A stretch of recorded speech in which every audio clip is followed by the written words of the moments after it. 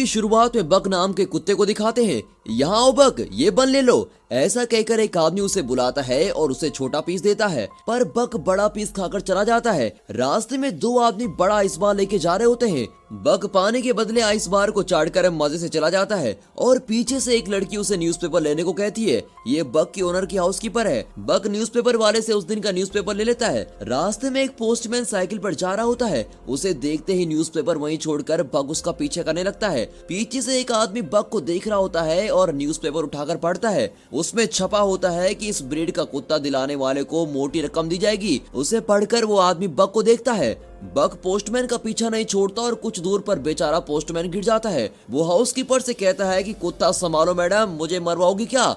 वो लड़की बक से कहती है, बक तुम घर जाओ और सबको जगाओ, गुड बॉय। बक घर में सबको जगाने के बजाय उन्हें टॉर्चर कर रहा होता है। उन बेचारों के बेड पर कूद कूद कर उन्हें हवा में उड़ा रहा होता है। वो इतनी तेज भागता है कि किचन में रखे कप्स भी वाइब्रेट करने लगते हैं। वहाँ के कुक्स भी बक की आवाज सुनते ही सारा खाना छुपा देते हैं और अब बक तेजी से किचन में आता है तो वहाँ खाने की कोई चीज नहीं दिखाई देती। बेचारा बक बेबस होकर नौकरों को देखने लगता है, लेकिन वे बक को कुछ नहीं देते और उसे बाहर भगा देते हैं। फिर बक को उसका ओनर घर के बाहर लेके जाता है और दरवाजा बंद कर देता है, पर बक खिड़की से अंदर आने के लिए फिर से कूद रहा होता है। पर ओनर कहता है कि आज के दिन तुम बाहर रहोगे और तुम खुद ही डिसिप्लिन सीख जाओगे। इतने में बक एक खरगोश को देखता है और उसके बिल तक उसका पीछा करता है। फिर वो अपना सर बिल में घुसा देता है। जब वो सर बाहर निकालता है तो देखता है कि वहाँ बहुत सारे लोग आ रहे हैं।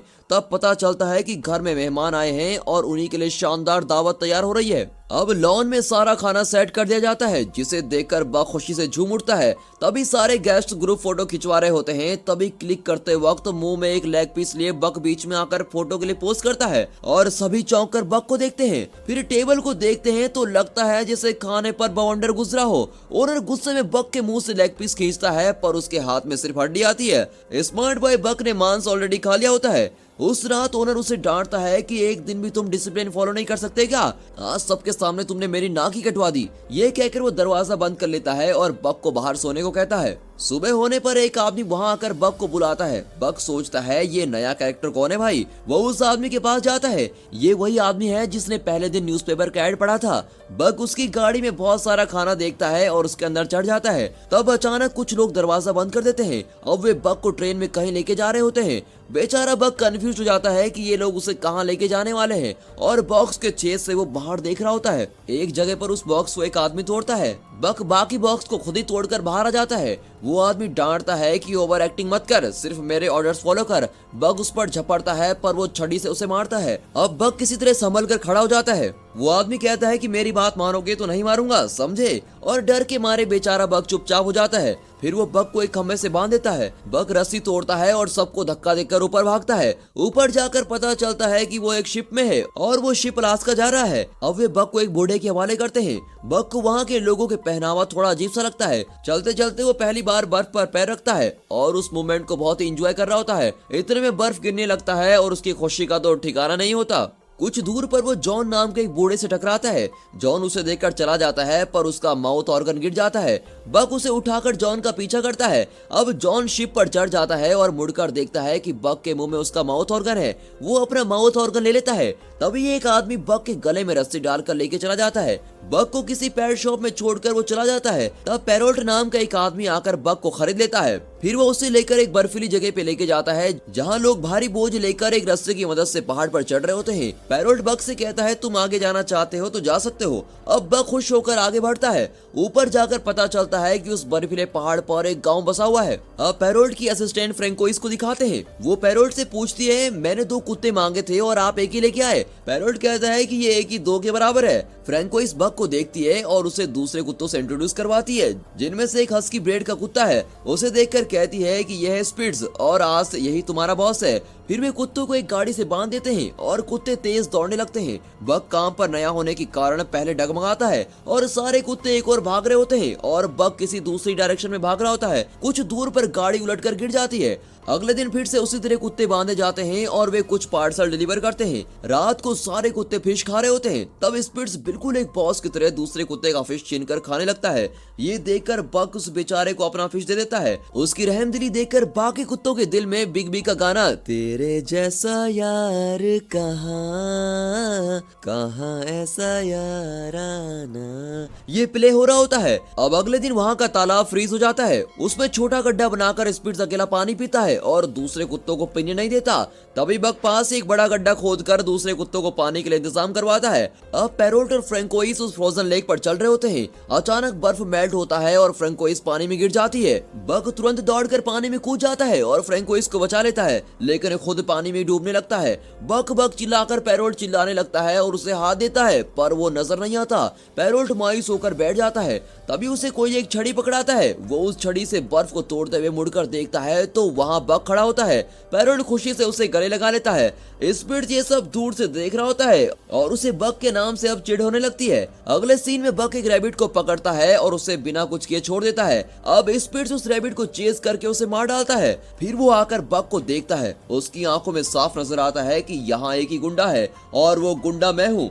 वो कहता है पहले तुम कुत्तों के फेवरेट बने और अब ओनर के फेवरेट भी बन गए। मेरी जगह लेना चाहते हो तो मुझसे मुकाबला करो। फिर वो भागकर बक को अटैक करके उसको जमीन पर पटक देता है। फिर दूसरे कुत्तों से उसकी नस्लें कहते हैं देखा हमेशा मैं ही बॉस रहूंगा। बाकी कुत्ते डर के मारे फ्रीज हो जाते हैं। अब बक उठकर स्पिट्स को घूरता है। स्पिट्स फिर उसे अटैक करने जाता है, पर इस बार बक उसे ऊपर उठाता है और फट से जमीन पर पटक देता है। स्पिट्स डर जाता है और इस तरह बक उनका नया डॉन बन जाता है। अगले दिन पैरोट गाड़ी तैयार करके स्पिट्स को ढूंढता है, पर वो कहीं नजर नहीं आता।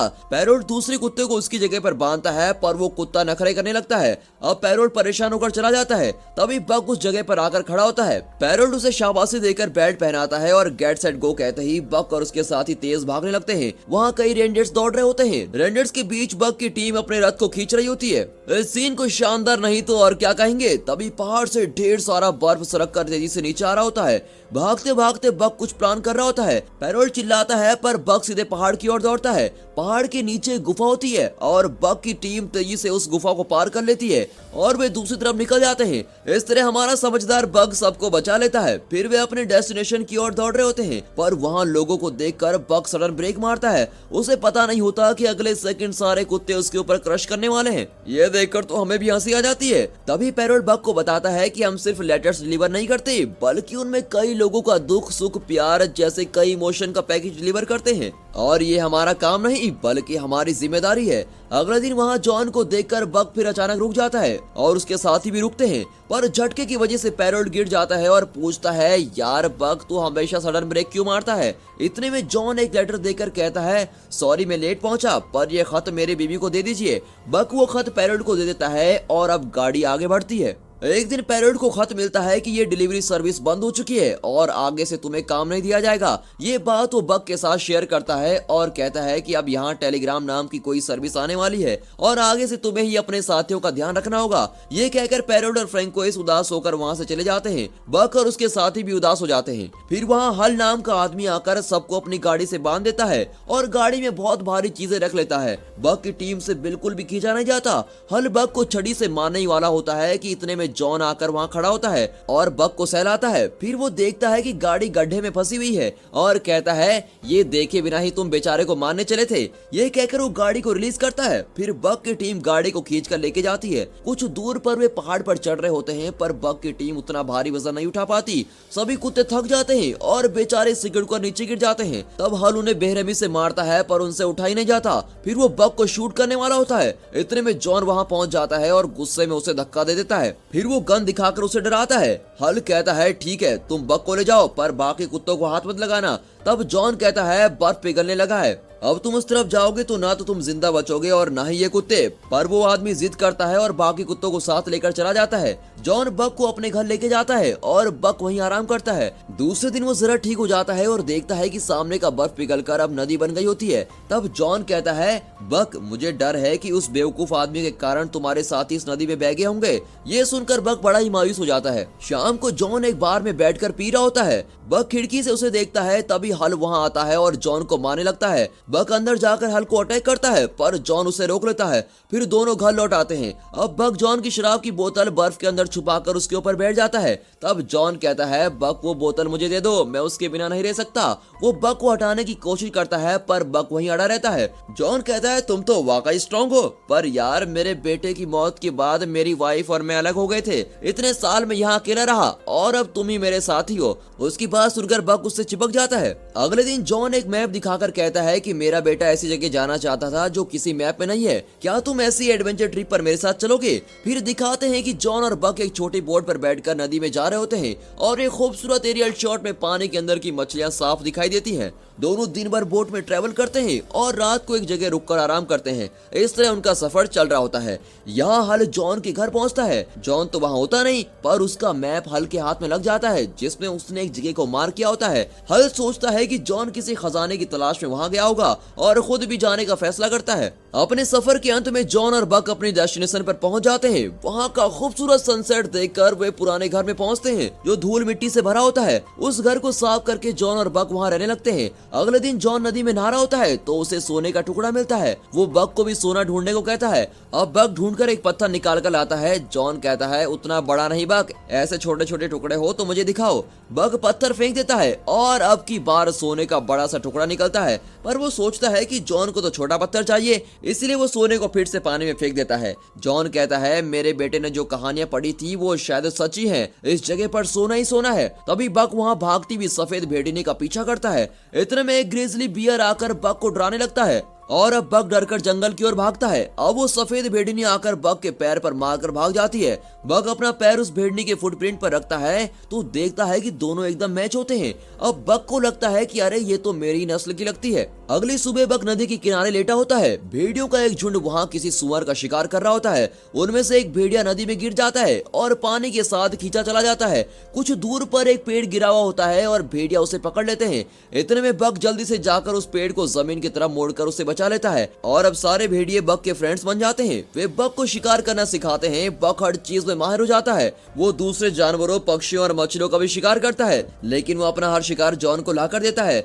जॉन हंसकर कहता है कि यार तुम्हारे रंग ढंग से तो लगता है कि तुम मुझे आदि मानव बना दोगे। जॉन देखता है कि बक उस सफेद भेड़नी के साथ घुल मिल गया है और उसने अपना जीवन साथी ढूंढ लिया है। उस रात वो बक से कहता है कि ये दुनिया बहुत ही बुरी है, कल क्या होगा ये कोई नहीं बता सकता। मैंने सोचा भी नहीं था कि मैं अपने बेटे को खो दूंगा, पर आज उसके बिना मैं अकेला जी रहा हूँ और अब तो मैं बूढ़ा भी हो चुका हूँ। तुम अपने जीवन साथी के साथ खुश रहना, इंसानों के झंझट में मत पड़ना। अब मेरा अंत आ गया है और मैं अपनी आखिरी सांस यही लूंगा। ये कहकर वो घर के अंदर चला जाता है। बक जंगल में जाकर भेड़ियों के साथ रहने लगता है। अब दिखाते हैं कि वो पुराना घर जल रहा होता है। उसे देखकर बक जंगल से निकलकर घर की ओर भागता है। इतने में हल जॉन को शूट कर देता है और उससे सोने का टुकड़ा मांगता है। जॉन उसे सोना दे देता है। सोना लेने के बाद हल उसे फिर से शूट करने जाता है कि इतने में बक उस पर अटैक करता है। हल उसे छड़ी दिखाता है, लेकिन बक छड़ी को मुंह में पकड़ लेता है और छड़ी के साथ ही हल को जलते हुए घर के अंदर खींच ले जाता है। उसे वहीं छोड़कर वो जॉन के पास आता है। जॉन की आंखें भर आती हैं और वो कहता है, बक तुम मेरे लिए वापस आए, मेरा आखिरी समय आ गया है, तुम जाओ और अपने साथियों के साथ खुश रहो। ये कहकर वो बेचारा वहीं दम तोड़ देता है।